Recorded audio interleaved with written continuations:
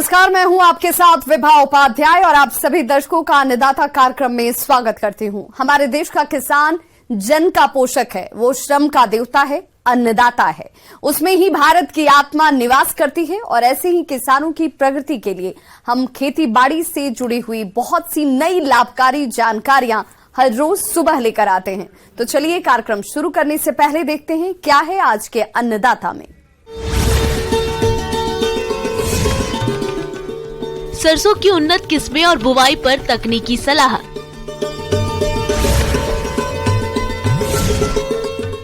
पशुओं में परजीवी की समस्या और रोकथाम के उपाय।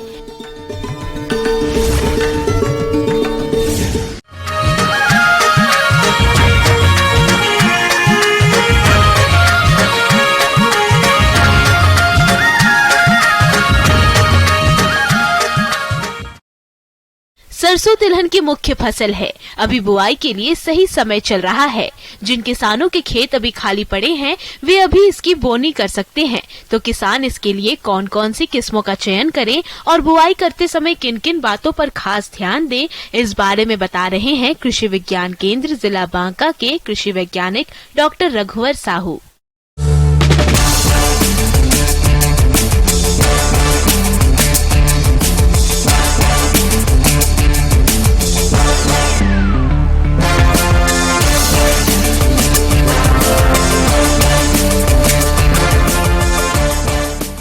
रबी ऋतु में ये बोई जाती है और बहुतायत पैमाने पर इसकी बुआई की जाती है।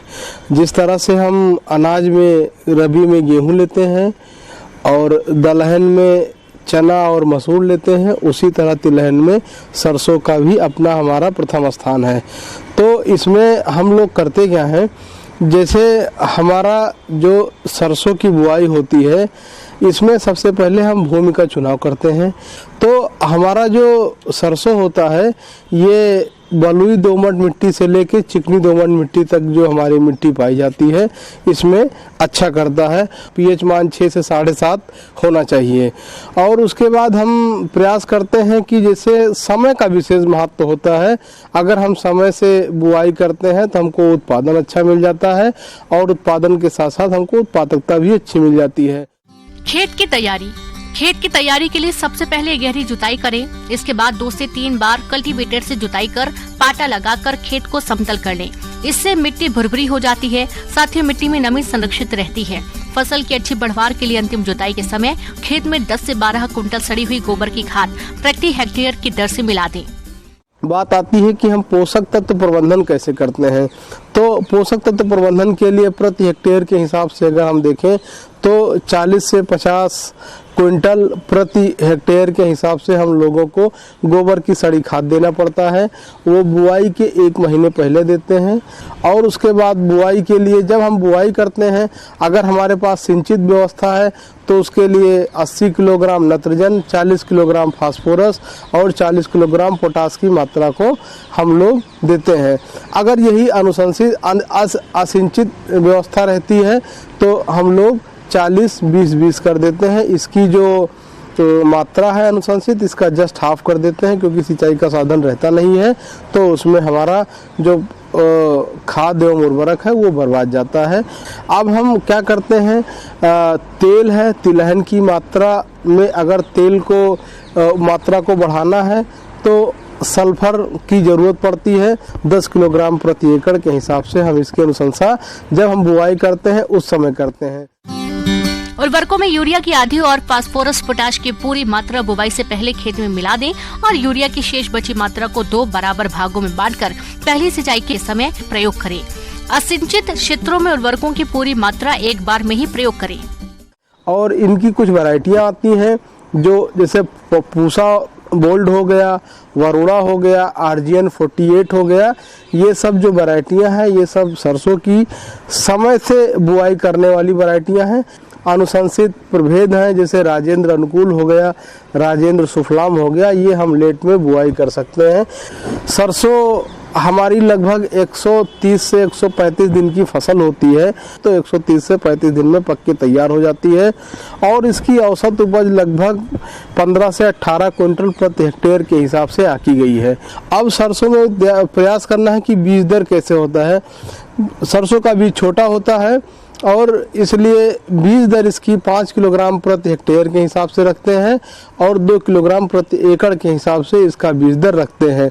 और ये ध्यान रखते हैं कि हम जो बीज की बुआई करते हैं, बीज की बुआई करने से पहले बीजोपचार बहुत ज़रूरी होता है।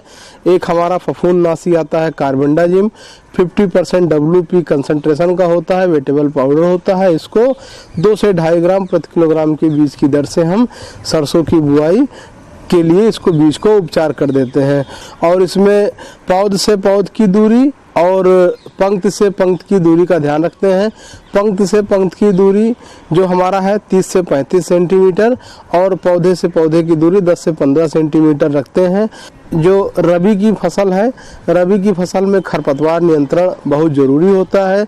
खरपतवार जैसे सकरी पत्ती के हो गए या घास हो गई या मोथा कुल के खरपतवार हो गए, ये अधिकतर मात्रा में होते हैं।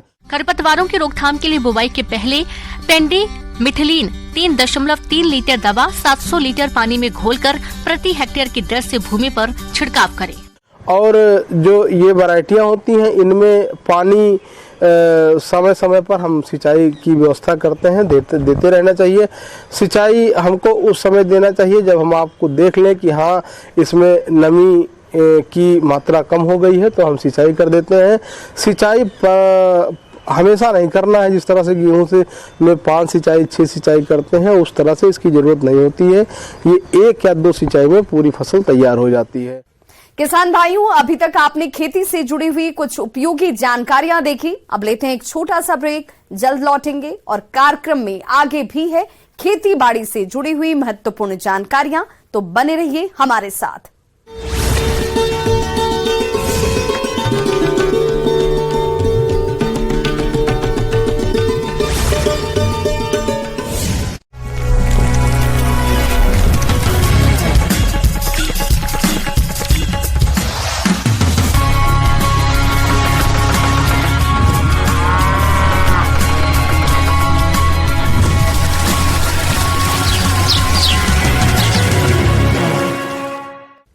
ब्रेक के बाद एक बार सभी दर्शकों का एक बार फिर से अन्नदाता में स्वागत है। चलिए रुक करते हैं अगली कड़ी की ओर।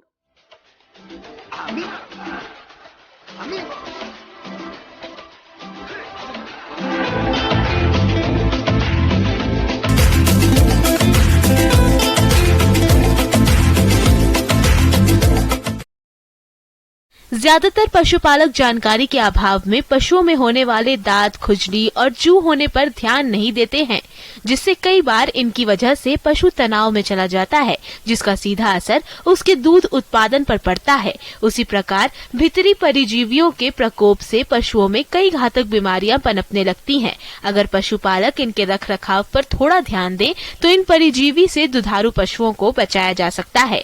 तो चलिए इस बारे में जानकारी लेते हैं कृषि विज्ञान केंद्र जिला बांका पशु वैज्ञानिक डॉक्टर धर्मेंद्र कुमार से।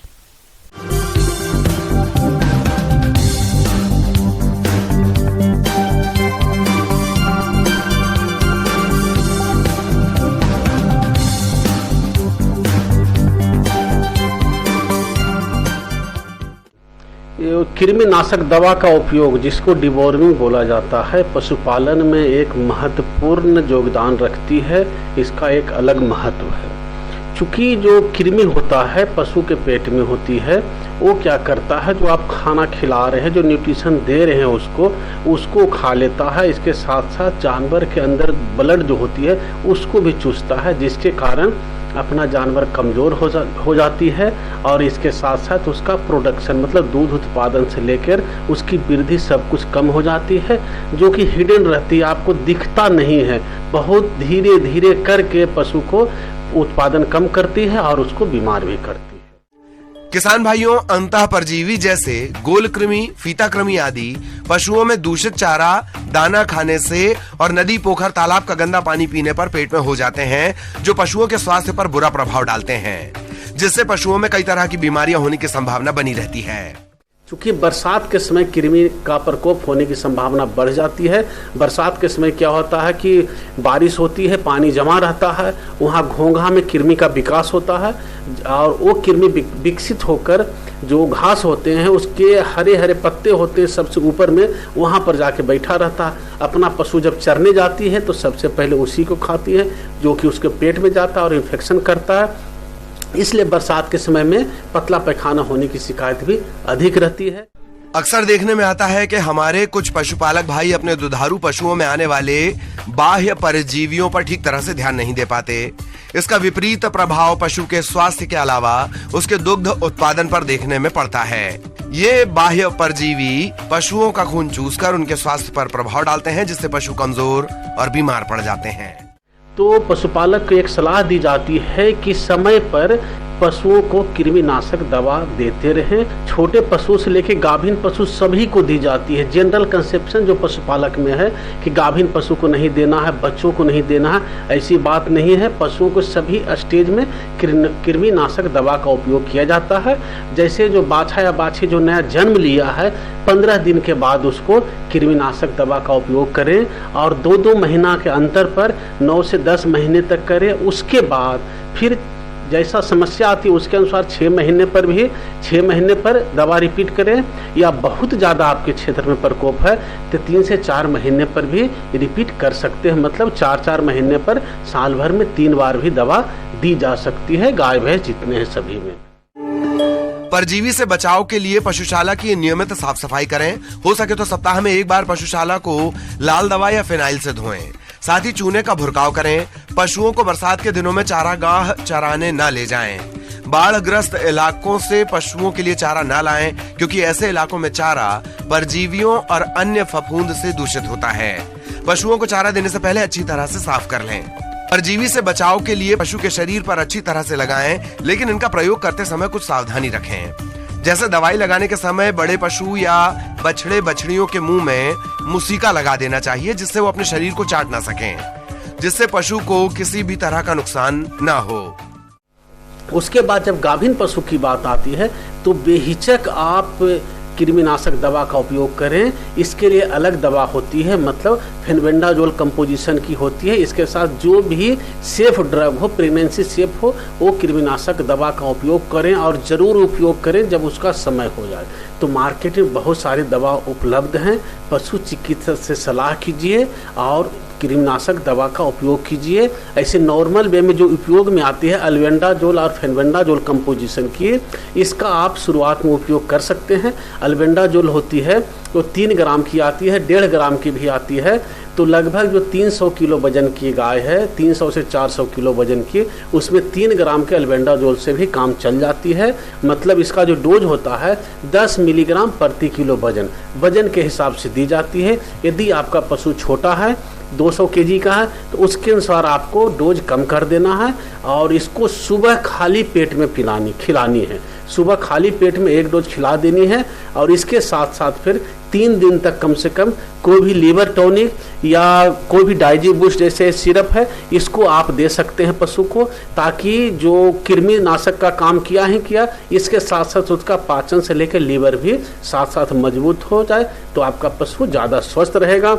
इसके बाद सबसे महत्वपूर्ण बात जो आती है, अल्बेंडाजोल, फेनबेंडाजोल चाहे ऑक्सीक्लोजानाइड ये उपयोग कर रहे हैं, इसके साथ साथ साल भर में यदि 3 बार आप कृमिनाशक दवा का उपयोग कर रहे हैं, 1 बार आइवरमेक्टिन मिला हुआ या आइवरमेक्टिन से भी कृमिनाशक का उपयोग करना चाहिए। तो साल में 1 बार जरूर आइवरमेक्टिन मिला हुआ दवा उपयोग करें, जो फेनबेंडाजोल के साथ ही मिला हुआ रहेगा।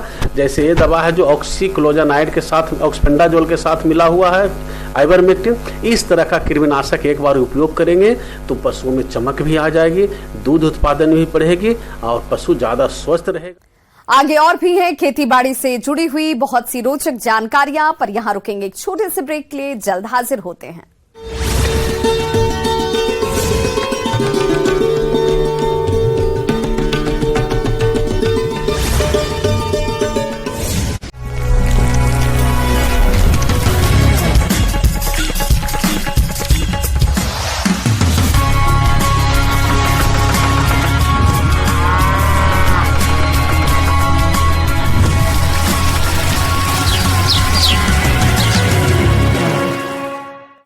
ब्रेक के बाद एक बार फिर से आप सभी दर्शकों का अन्नदाता कार्यक्रम में स्वागत है। बढ़ते हैं अपनी अगली प्रस्तुति की ओर।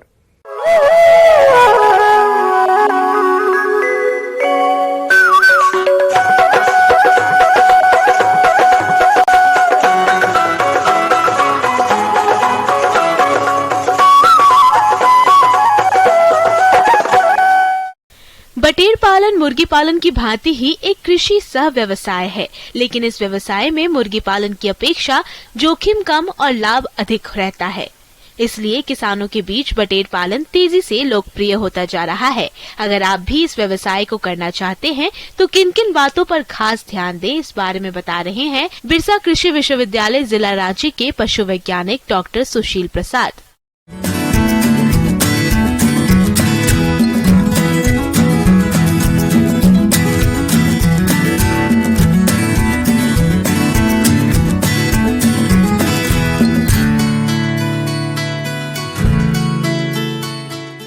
नमस्कार किसान भाइयों, आज हम बटेर पालन पर बात करेंगे। बटेर जैसा कि आपने नाम सुना ही होगा, ये आपके लिए नया नाम नहीं है। तो बटेर पालन एक ऐसा है कि आप इसका एक व्यवसाय कर सकते हैं। बटेर एक छोटा पक्षी है, मुर्गियों से कम समय में तैयार होता है और जो भी हमारे मुर्गी पालक हैं तो वो जिस प्रकार से मुर्गियों का रख रखाव करते हैं उससे बहुत ही मिलता जुलता आप बटेर पालन कर सकते हैं। दूसरी बात, इससे लाभ यह है कि इसमें बीमारियों का प्रकोप कम है। आप देखें मुर्गियों में आजकल हर वर्ष किसी तरह के, कभी बर्ड फ्लू तो कभी कोई इस तरह की बीमारी आ जाती है जिससे इसके मार्केट पर प्रभाव पड़ता है, बाज़ार व्यवस्था पर प्रभाव पड़ता है। और तो हमें इससे बचाने के लिए अगर किसी दूसरे पक्षी का चयन करने की आवश्यकता होगी तो बटेर पालन एक अच्छा व्यवसाय के रूप में अपना सकते हैं। पूरी दुनिया में बटेर की लगभग 18 नस्लें उपलब्ध हैं। उनमें से अधिकांशतः भारत की जलवायु में पाली जा सकती हैं। इन नस्लों में से कुछ नस्लें बड़े स्तर पर मांस और अंडा उत्पादन के लिए प्रसिद्ध हैं। किसान अपनी सुविधा के अनुसार किसी भी नस्ल का चयन कर सकते हैं। बुल व्हाइट यह मांस उत्पादन के लिए अच्छी नस्ल मानी जाती है। यह अमेरिकी नस्ल की बटेर है। व्हाइट बेस्टेड यह भारतीय प्रजाति का ब्रायलर बटेर है जो मांस उत्पादन के लिए उपयुक्त है। अधिक अंडे देने वाली नस्लों में British range, English white, Manchurian golden फिरौन और टक्सेडो है। बटेर जैसा कि आप जानते हैं, भारतवर्ष के अंदर बटेर पालन का व्यवसाय के लिए हमारा पक्षी अनुसंधान केंद्र इज्जत नगर से इसकी शुरुआत की गई और ये धीरे धीरे पूरे भारतवर्ष में ये फैलने लगा। तो हमारा कहने का मतलब है कि बटेर के पालन के लिए अगर आपने मुर्गियों के लिए अगर घर रखा है तो इसमें तो जगह भी कम लगता है। बटेर चूँकि छोटा पक्षी है, जितने में आप एक मुर्गी को रखते हैं उतने में कम से कम 5 बटेर रखे जा सकते हैं। लेकिन इसमें सबसे बड़ी बात यह है कि चूजा का मंगाने का, तो चूजा तो हर बार आप चूजा इज्जत नगर से जाकर ला नहीं सकते हैं। तो वैसी स्थिति में आप इसका पेरेंट का स्टॉक का अंडा आप वहाँ से ले आए और अपने यहाँ एक छोटा हैचरी, आजकल तो अगर आप कम तादाद में रखना चाहते हैं तो उसके लिए छोटा हैचरी जो है वो रखिए, और अगर बड़े तादाद में करना चाहते हैं तो इसके बड़े हैचरी भी उपलब्ध हैं। तो उसे लेकर आप हैचिंग अगर अपने यहाँ कराते हैं तभी आपको बटेर पालन का सही लाभ मिल सकेगा। दूसरी बात क्या है कि आप जैसे मुर्गियों का ब्रूडिंग करते हैं उसी प्रकार से इसका भी चूजे आने के बाद इसे भी ब्रूडिंग करने की ज़रूरत होगी। और ब्रूडिंग करने में आपको ये सावधानी रखनी पड़ेगी कि ये इसके बच्चे चूजे जो होते हैं वो सिर्फ 7 ग्राम के होते हैं, क्योंकि इसका अंडा का वज़न ही 10 ग्राम का होता है। तो ये चूजे 7 ग्राम के होते हैं और इसमें इनका प्रबंधन अच्छी तरीके से करने की ज़रूरत है, क्योंकि अगर आप चूजे बचा पाएंगे तभी आपको आगे चलकर लाभ होगा। और आपके खान पान की व्यवस्था में इस चीज़ का विशेष ध्यान रखना है कि इसे थोड़ा प्रोटीन की मात्रा आप बढ़ा करके दें। जैसे कि हम लोग खल्ली देते हैं या मछली का चूर्ण देते हैं, तो इन चीज़ों की मात्रा बढ़ी हुई होनी चाहिए, थोड़ी मुर्गियों के दाना से ज़्यादा होना चाहिए ताकि इनका बढ़वारी अच्छी तरीके से हो सके। बटेर आकार में छोटे होते हैं और उन्हें आवास के लिए कम जगह की आवश्यकता होती है। बटेर जल्दी तैयार हो जाते हैं। मादा बटेर 6 से 7 सप्ताह में अंडे देना शुरू कर देती है और बटेर बाजार में 5 सप्ताह बाद बेचने योग्य तैयार हो जाते हैं। एक मादा बटेर 1 साल में लगभग 250 से 300 तक अंडे दे देती है। मुर्गी के मांस की तुलना में बटेर का मांस बहुत ही स्वादिष्ट होता है। वसा की मात्रा भी कम होती है, जिससे मोटापा नियंत्रण में मदद मिलती है। बटेर पालन में आहार और रखरखाव लागत बहुत कम होती है। मुर्गी पालन और पशुपालन के साथ बटेर पालकर किसान इस व्यवसाय से भी अच्छा मुनाफा कमा सकते हैं।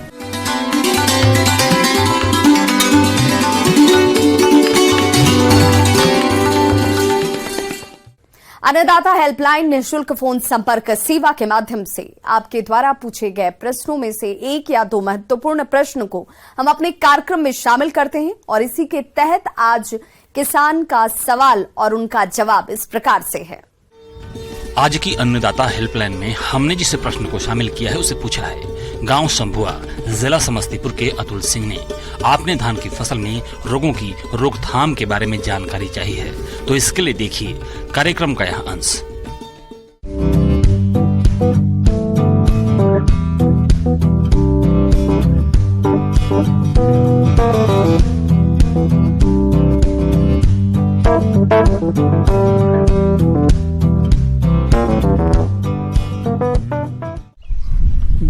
बिहार में जो है जो कहीं कहीं सुखाड़ की स्थिति बनी हुई है, क्योंकि कुछ इलाकों में बारिश बहुत कम हो रही है और कुछ इलाकों में बाढ़ वाला स्थिति है, पानी का वहाँ कमी नहीं है। तो दोनों स्थितियाँ में जो है हमारे धान में अलग अलग बीमारी आती है। तो जो सुखाड़ की स्थिति में जो है उसमें अभी पत्र लांछन या जो है पर्ण अंगमारी या अंग्रेजी में उसको हम लोग कहते हैं ब्राउन स्पॉट। तो ब्राउन स्पॉट जो है सीडलिंग स्टेज में भी आता है, जब आप बिचड़ा लगाते हैं या सोइंग करते हैं, बिचड़ा के लिए तैयार करते हैं तो उसमें भी आता है, और ट्रांसप्लांटिंग करते हैं तो उसमें भी आता है। धान का ये रोग देश के लगभग सभी हिस्सों में फैला हुआ है। खासकर उत्तर बिहार का ये प्रमुख रोग है। ये एक बीज जनित रोग है जो हेलमिंथो स्पोरियम और आइजी द्वारा उत्पन्न होता है। पत्ती धब्बा रोग धान की फसल को बिचड़ा से लेकर फसल पकने तक नुकसान पहुंचाता है। इस रोग के कारण पत्तियों पर गोलाकार भूरे रंग के धब्बे बन जाते हैं, जिससे पौधों की बढ़वार कम होती है और रोग उग्रता होने पर दाने भी प्रभावित हो जाते हैं, जिससे उनकी अंकुरण क्षमता पर भी विपरीत प्रभाव पड़ता है। तो इसको आप जो है बीज उपचार किए ही होंगे, बीज उपचार से भी काफ़ी इसका हो जाता है। ये जो है प्रमुख रूप से अगर ये बीमारी आपके खेत में आया हुआ हो तो कम से कम अपने खेत को ड्राई न रखें, मतलब कि सूखा न पड़ने दें, पानी का व्यवस्था करें।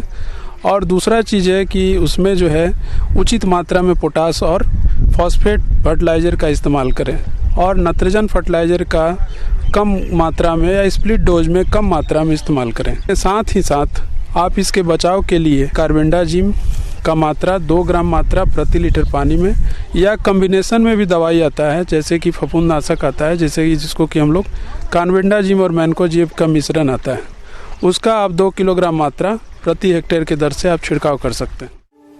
धान का खैरा रोग ये समस्या जस्ते की कमी के कारण होती है।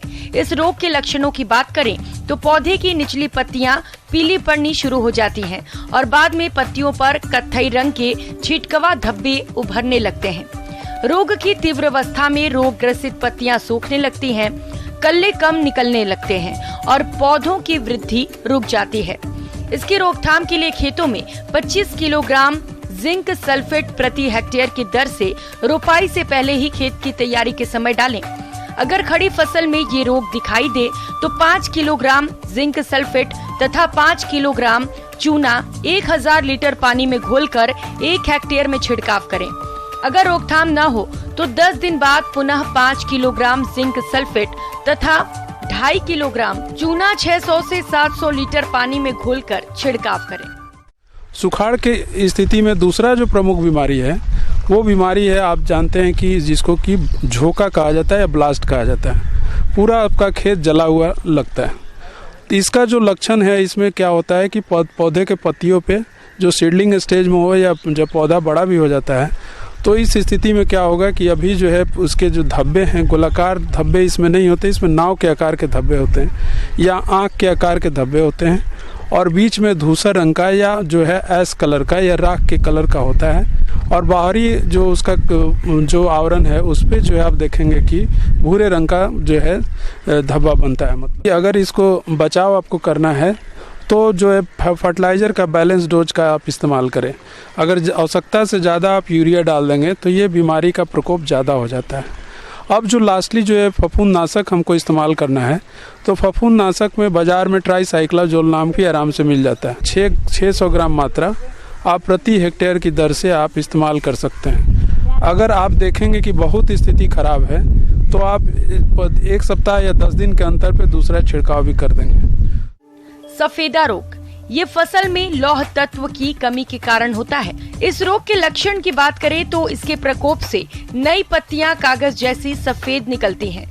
बता दें कि धान में ये रोग नर्सरी तैयार करते वक्त अधिक लगता है। इस रोग के निदान के लिए 20 किलोग्राम यूरिया 1000 लीटर पानी में घोलकर छिड़काव करें। इसके अलावा आप इसके नियंत्रण के लिए 5 किलोग्राम फेरस सल्फेट को 20 किलोग्राम यूरिया अथवा 2.5 किलोग्राम बुझे हुए चूने को प्रति हेक्टेयर लगभग 1000 लीटर पानी में घोलकर छिड़काव करें। किसान भाइयों, अन्नदाता आपकी सेवा के लिए संकल्परत है। कृषि संबंधित समस्या और सुझावों के लिए आप हमें इस पते पर संपर्क कर सकते हैं। Producer Annadata, news 18 Bihar Jharkhand, Ramoji film city Hyderabad 501512। साथ ही आप हमें ईमेल भी कर सकते हैं। हमारा ईमेल एड्रेस है p18annadatabihar@nw18.com। इसके अतिरिक्त आप हमें निःशुल्क हेल्पलाइन नंबर 180088922163 पर सोमवार से शनिवार सुबह 10 बजे से शाम 4 बजे के बीच संपर्क भी कर सकते हैं। किसान भाइयों, अब समय हो रहा है आपसे विदा लेने का, तो हमारी अन्नदाता टीम को दीजिए इजाजत। कल फिर से होगी आपसे मुलाकात कृषि संबंधित कुछ और महत्वपूर्ण जानकारियों के साथ। नमस्कार।